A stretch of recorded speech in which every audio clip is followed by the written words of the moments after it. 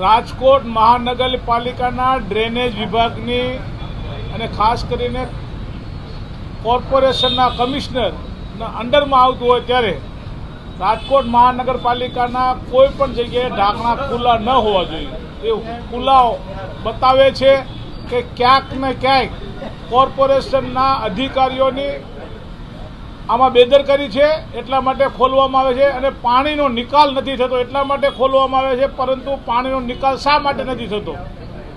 Pre monsoon કામગીરી જો વ્યવસ્થિત કરી હોત તો આ પરિસ્થિતિ ન થાત. રાજકોટમાં ગ્રીન લેન ચોકડી પાસે આજે એક વયોવૃદ્ધ વડીલ કે પોતાના સ્કૂટર સાથે ગટરની અંદર સ્કૂટર આગળ જતું રહ્યું અને 10 લોકોએ એ બાપાને અને બાઇકને બહાર કાઢ્યા.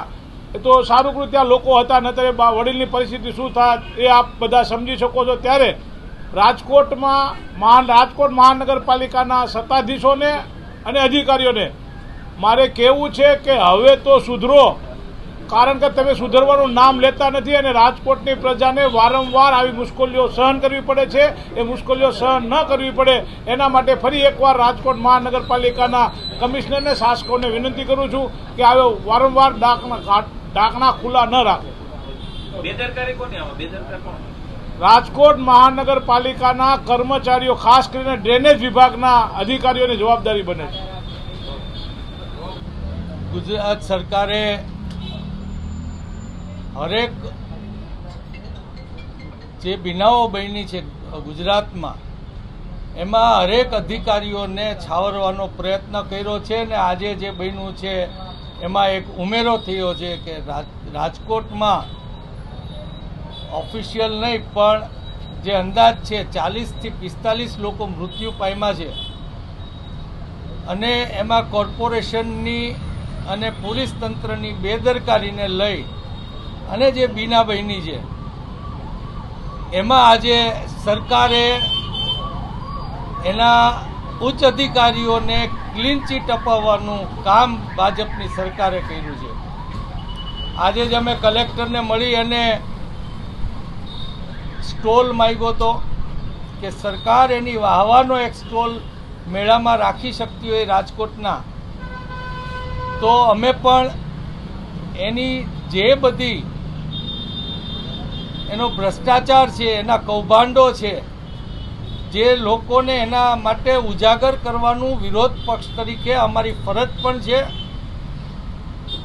અને માટે અમે સ્ટોલ પણ માંગ્યો છે ને એમાં આજે જેમ હરેક મુદ્દાઓમાં સુરતમાં આજે જેમ ક્લીન ચીટ આપી છે એવી જ રીતના સુરતમાંથી બધા જેલની બહાર છે, બરોડા કાંડના બધા જેલની બહાર છે, મોરબી કાંડમાં બધા જેલની બહાર છે.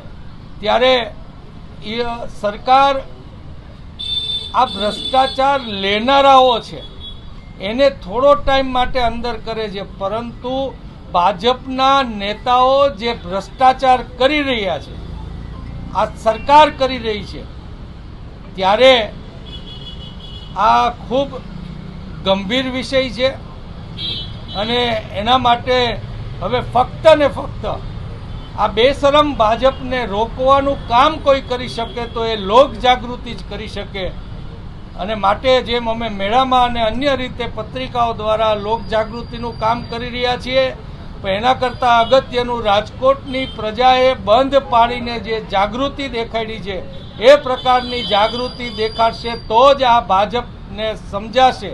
કેમ કે એ બેશરમ છે અને એ બેશરમ થી વર્તે છે કે જ્યાં લોકોની જાનની પણ કિંમત એ લોકોને નથી, મરતા હોય એટલા ગુજરાતી મરે પણ એનો ભ્રષ્ટાચાર અટકવો ન જોઈએ. આ માનસિકતા જે ભાજપની છે એને લોકો જ રૂક જાવ કહી અને એને સરકારમાંથી કાઢશે ત્યારે જ આ બધું અટકશે. હળીકાંડ જેવી જે ઘટના બની એમાં હાઈકોર્ટે એવી પણ ટકોર કરી હતી કે મ્યુનિસિપલ કમિશનર સીધા જવાબદારી દરમિયાન કોઈ પણ ધાર્મિક સ્થળ ઉપર તમે કોઈ પણ રાજકીય પક્ષની મીટિંગ કરી શકતા નથી. એ આપણા આચારસંહિતાનો એક ભાગ છે. પરંતુ ઘણા બધા ધાર્મિક સ્થળો એમના નાના મોટા ખોટા કામ કરાવવા માટે સરકારના દબાણ નીચે ભાજપની મિટિંગ ચૂંટણી દરમિયાન કરાવતા હોય છે અને લોકશાહીને કલંક લાગે એ રીતના થોડા ઓછા સમજણ લોકશાહીની ધરાવતા હોય એવા લોકોને પ્રભાવિત કરી અને ભાજપનો ચૂંટણી પ્રચાર કરી અને મતનું કામ કરતા હોય છે, ત્યારે આવી એક પ્રક્રિયામાં અમારા ભાઈ રાવલ અને લાખાણી બંને ખૂબ જાગૃત મિત્રો બંનેએ ન્યા જઈ સ્વામિનારાયણ મંદિરમાં જે ભાજપની મિટિંગ ચાલી રહી હતી એની વિડીયોગ્રાફી કરી અને ચૂંટણી પંચમાં જે ચૂંટણી સમયે ફરિયાદ કરી હતી. એનો નિર્ણય પણ અહીંયા ન લઈ શકે. સ્વાભાવિક છે કે કલેક્ટર આમ તો ચૂંટણી ઇલેક્શનના ઓફિસર કહેવાય, પરંતુ કમનસીબે એમણે લેવો જોઈએ, નિર્ણય ન લીધો. અમારા બંને મિત્રો ઉપર ચૂંટણી પંચ સુધી લડ્યા, એનો નિર્ણય આવ્યો કે સ્વામિનારાયણવાળા ઉપર અને ભાજપના જે મિત્રો છે એના બધા ઉપર કેસ કરવો.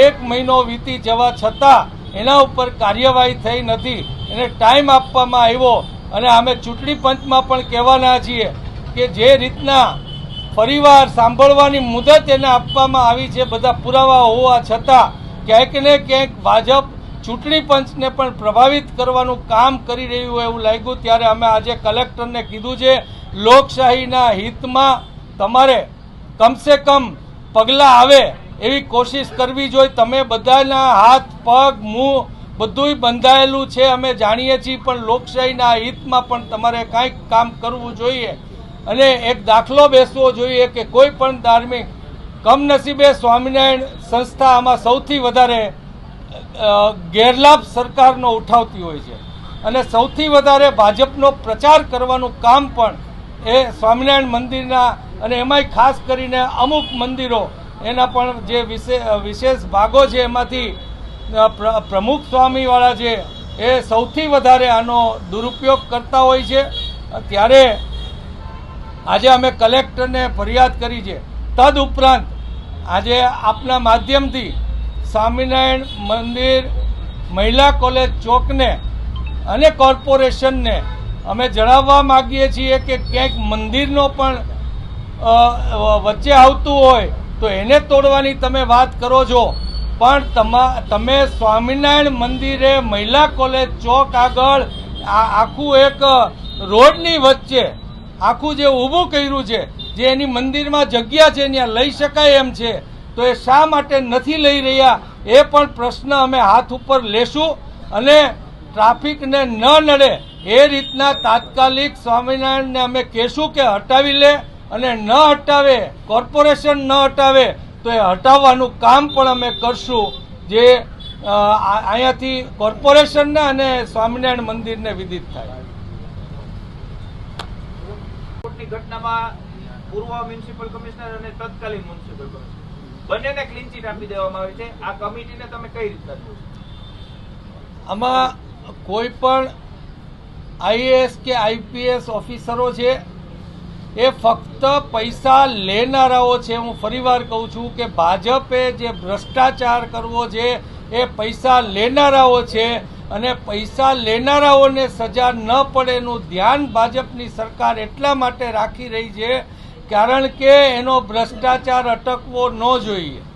એને જે એના માટે ભ્રષ્ટાચાર માટે કાંડા કાળા કરે છે એનું કાંડું કપાવવું ન જોઈએ, માટે આ આઈપીએસ અને આઈએએસને બધાને છાવરે છે. એ જ મોટો ને અગત્યનો પ્રશ્ન લોકોએ સમજવાનો. જે બર્થડે ઉજવવા ગયા હતા એ પણ તમામને ક્લીન ચીટ?